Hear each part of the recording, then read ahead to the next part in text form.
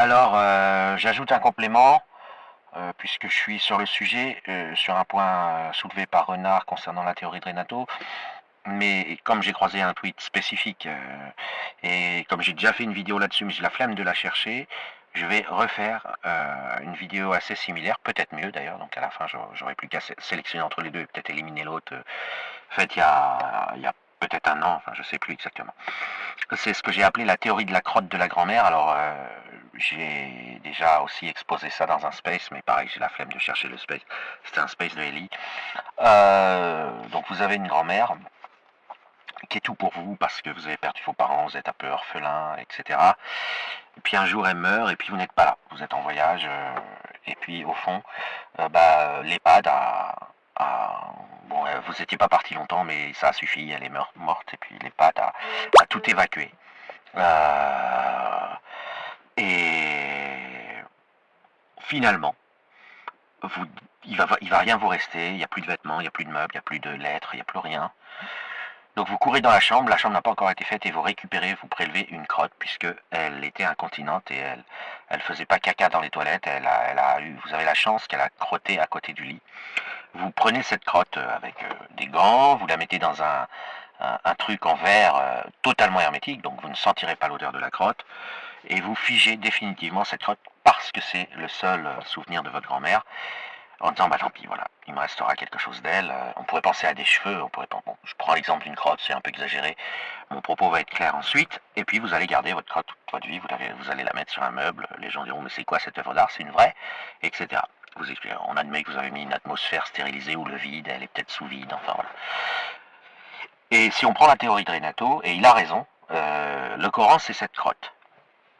Donc, les musulmans sont attachés à cette crotte comme vous l'êtes à cet unique souvenir de votre grand-mère que vous avez. Ma pauvre grand-mère, si elle m'entendait raconter ça, elle est morte aussi, mais heureusement j'ai quelques autres souvenirs et puis j'ai surtout tout ce qu'elle m'a laissé paradigmatiquement. Mais bref, voilà, c'est ce que a identifié Renato et qu'il dit dans ses discours.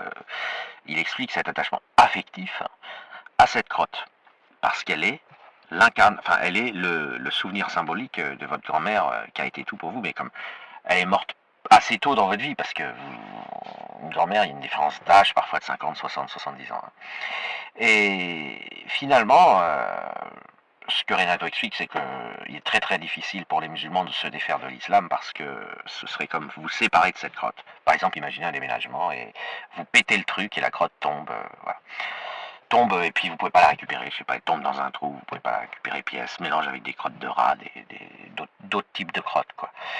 Et voilà, et ben le Coran c'est ça, si vous voulez, l'islam c'est ça, c'est cet attachement à cette crotte. Maintenant, il y a quelque chose qui est important et qui n'est pas présent effectivement dans les discours du genre de ce Renato, parce que lui je pense qu'il est capable d'envisager diverses possibilités puis d'en cacher quelques-unes parce que ça ne correspondrait pas forcément aux solutions qu'il voudrait vendre.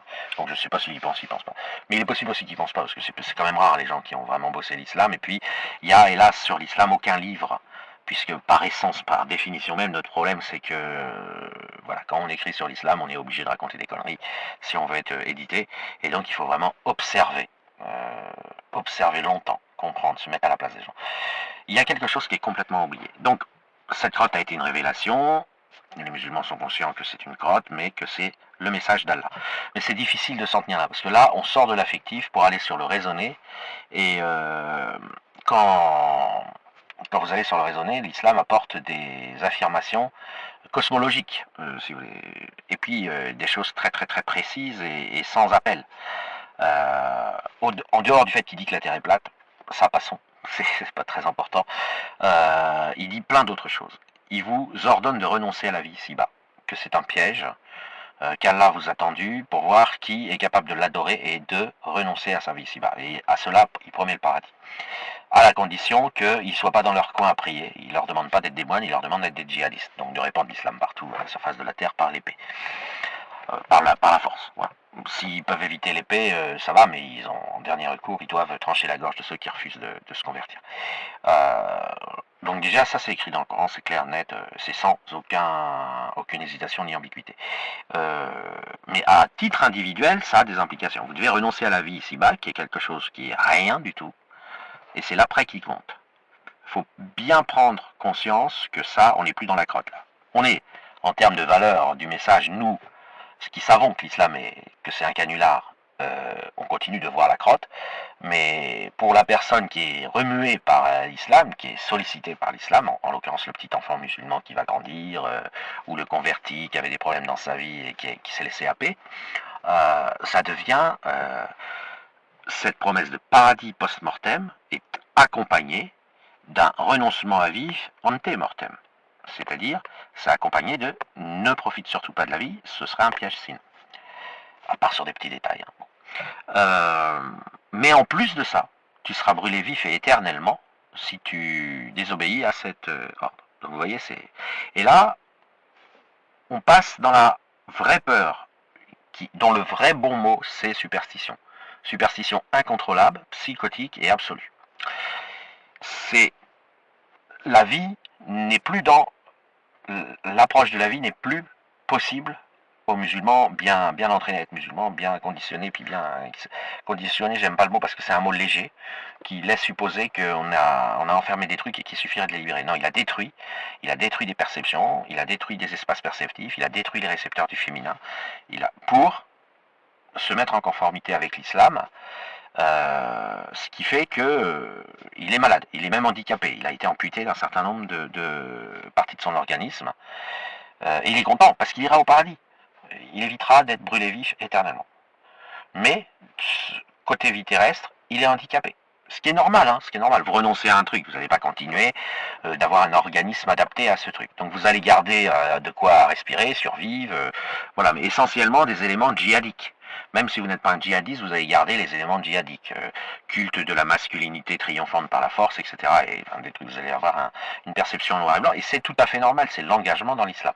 C'est une destruction, c'est une automutilation volontaire, parce qu'on ne veut pas aller en enfer, qui est quelque chose de totalement réel d'un point de vue islamique. C'est absolument pas, évidemment pour les gens qui y sont pas, ils ont du mal à comprendre, mais pour les gens qui sont tombés dans cette maladie, si vous voulez, c'est totalement réel. C'est pas vous pensez post-mortem, donc peut-être que c'est pas vrai là. En islam il n'y a pas de mort, voilà, c'est juste la fin de la matrix en islam.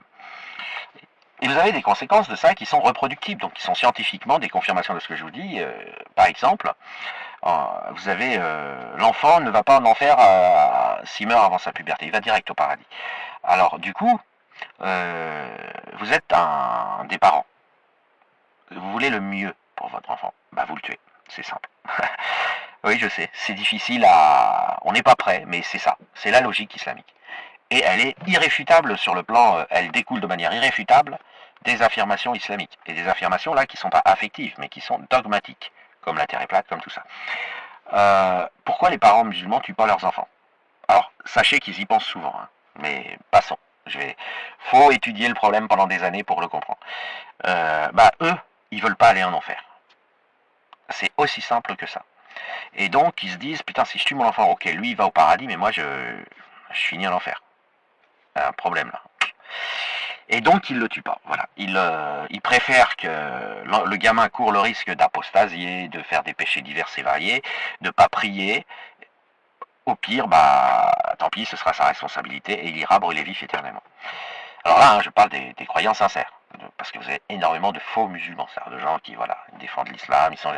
Vous avez énormément de musulmans qui sont subconscients, voire conscients complètement de la crotte, que c'est une crotte. Mais vous en avez aussi beaucoup, et c'est ce qui échappe au scope du discours de Renato, vous en avez beaucoup, c'est vrai. Voilà. Que ce soit une crotte, ils s'en foutent, c'est vrai, ça vient d'Allah. Ils reconnaissent que ça a été envoyé ou posté à la poste sous forme d'une crotte et reçu en lettres recommandées. Ils disent, Dieu égare qui il veut, il guide qui il veut, donc ils disent, moi je vois dans cette crotte le message d'Allah, d'accord, je sais que les autres ils vont penser que c'est une crotte. Okay.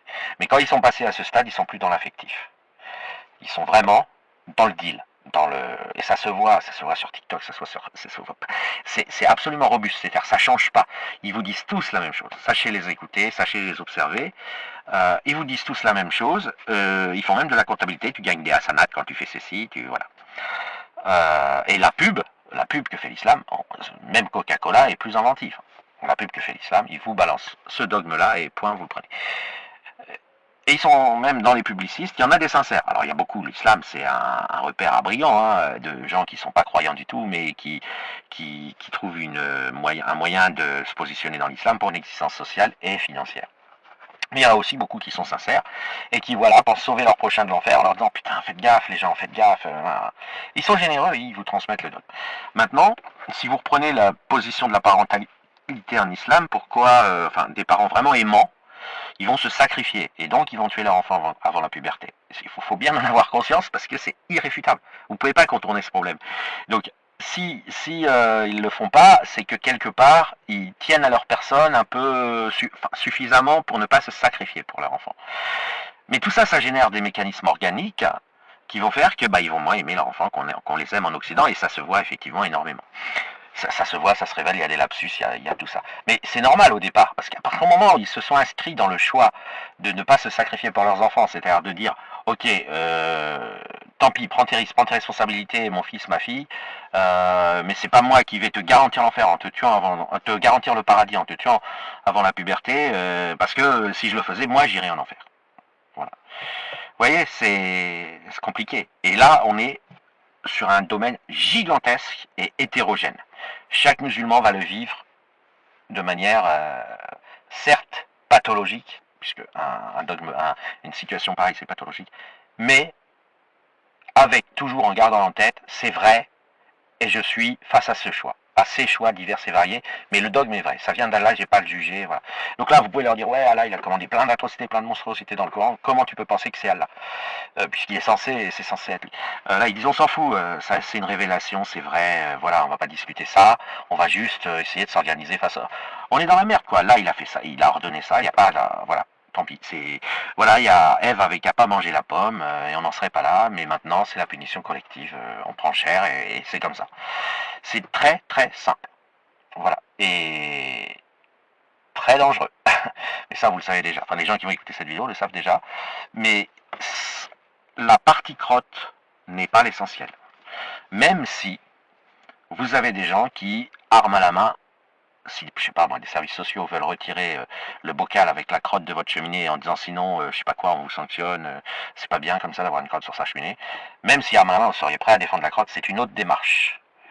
Vous êtes peut-être un apostat qui tient à la crotte, enfin vous ne serez pas un apostat, c'est un apostat évidemment, dans le contexte islamique, un apostat il dit cette crotte elle doit partir aux toilettes, fin de l'histoire, mais vous en avez qui sont des musulmans d'identité, mais surtout des musulmans paraffectifs, si vous voulez, qui vont défendre cette crotte tout en sachant que c'est pas une crotte descendue, enfin que c'est pas un message d'Allah, mais qui vont avoir une relation difficile et affective à cette crotte.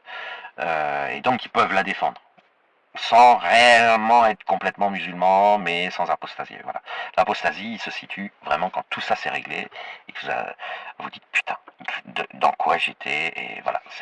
Et donc évidemment le vrai apostat, il va essayer d'aider tous ses camarades à sortir de cette folie, mais pire que les gens qui se shootent à l'héroïne, voilà, et pourtant c'est un des trucs qui est le plus addictif, au crack, il va dire ouais moi j'y ai touché, je sais quelle merde c'est, je sais à quel point on est emprisonné dedans, etc. Donc généralement l'apostat c'est lui qui détient les clés pour sauver le monde de l'islam. Hein. C'est pas les gens, voilà, vite fait, ils disent ouais c'est un problème, on va leur faire la guerre. Voilà, même Poutine a embrassé très spectaculairement le Coran dans une cérémonie gigantesque filmée par le monde entier pour dire à quel point il le respectait. Enfin, c'est une dinguerie. L'islam fait très peur, mais il faut comprendre à quel deal sont les masses inconnues. Pas les patrons. Les patrons de l'islam, on peut largement les accuser d'être des athées secrets qui exploitent l'islam à leur profit social. Mais le tout venant islamique, c'est réparti partout dans le monde. Vous avez des gens qui ont vraiment, face à ce chantage à l'enfer fait par le Coran, qui sont vraiment, ils y pensent toute la journée. C'est leur vie, quoi. Et c'est leur non-vie puisqu'ils renoncent à la dunya, à la vie terrestre, voilà, ils expédient les affaires courantes. Ils meurent pas de faim, quoi. Ils survivent.